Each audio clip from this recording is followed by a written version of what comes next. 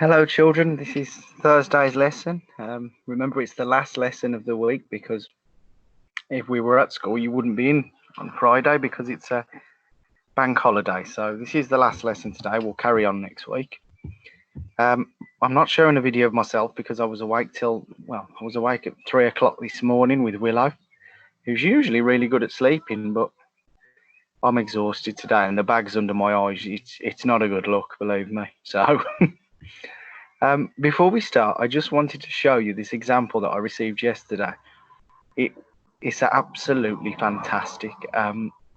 Now, the child who's written it, I'm obviously not going to say their name on the internet.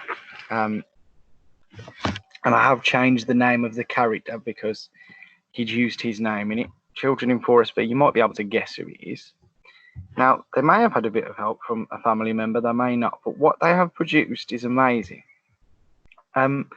And children, I'm not saying that all of you need to produce this much work, okay? Just a few examples of each would be brilliant, of each of the following things I'm just going to talk about. So we've worked on fronted adverbials this week. This work is absolutely littered with them.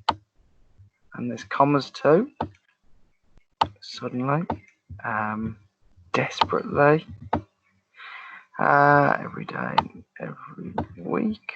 So there's absolutely lots of examples there, and this child is showing me that yes, they are able to use fronted adverbials with commas, and that is a Year 4 objective. As you know, it's in the targets at the front of your book. There's also some subordinate clauses. As there is not a lot of money in the family, he has struggled to get all the additional equipment he needs to be able to do his videos. Without the viewers or subscribers, his income was very low, if any at all. There's two examples there. I was really impressed with it, and I will definitely be sending this in for Celebration Assembly to Miss Rennie, who organised it, because it's just fantastic. It was a pleasure to read. Can't wait to read the rest of it. So well done to all of you that did complete the literacy yesterday. Now, the one thing that became a problem yesterday, I did say at the start of yesterday's video, this is the part that we were writing.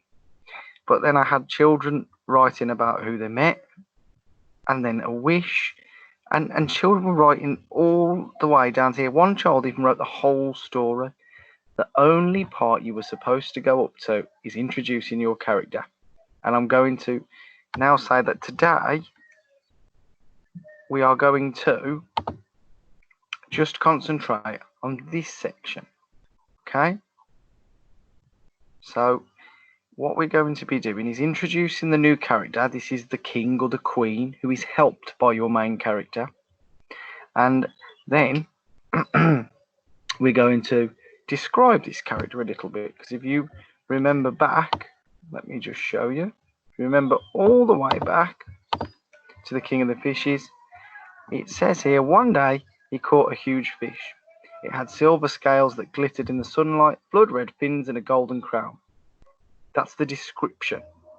It was so beautiful that Lee stood and decided to save it, didn't he? So that's where it's helped, and there's the description. So that's what I'm looking for today in your writing. So without further ado, introduce the new character who is helped, describe the new character. So once again, I've carried on with my story about Zoe, who caught lobsters. Sorry, not lobsters. Who caught oysters for a living. And obviously, she's going to meet the king or queen now, and I'm going to give a little bit of an explanation about, a little bit of description about the oyster that she meets. Okay, it turns out that he's king of the oysters. So one night, there's my fronted adverbial. One night she caught an unusually large oyster. She couldn't help herself, and she peeked inside. It had diamonds on its shell that glittered in the moonlight. A shimmering pearl and an angelic voice. Okay, now this is something that we did work on. I think I wrote one about a lion. That glittered in the moonlight. There's my expanded noun phrase. And then I had two more nouns and an adjective. So there's 3 things that I describe about her whilst using a relative clause. I'm just going to go back and show you the work that we've done on this before. No. Oh, this could be a while, couldn't it? Ah, here we go. So I'd asked you to write, it was almost a sentence of 3 to describe a character. Okay, and I done one for, if you remember, I done one for a lion. It had giant paws that thundered across the earth, sandy fur, and a fearsome roar. So you need to think of 3 things to describe your character with today. Try and use that relative clause using the that. Okay, you could use which as well, or who, it's up to you.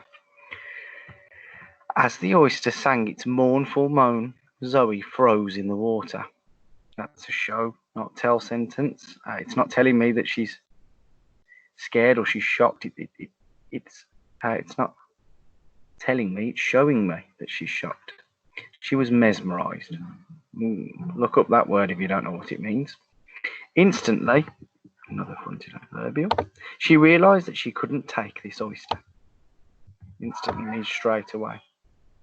Instantly, she realized that she couldn't take this oyster, so she placed it back on the seabed. That, of course, is the bottom of the sea. So today, children, I want you to just write this section. You're describing your character that your main character meets, who is going to be the king or the queen of whatever species, and your main character is going to save them. That's it. We're not mentioning any wishes yet. There are no wishes being mentioned. But sir, can I write about wishes? No, we're not writing about wishes at all. But sir, what if that? No, just do this part. Okay, we will get to the other parts next week. I'm really looking forward to reading your work, children. Just remember, before you send it in, to check that your punctuation and spelling are correct and that you've used a comma after your fronted adverbial. Okay, it's really important. That's a year 4 target. I look forward to reading your work. Take care, all of you. Goodbye.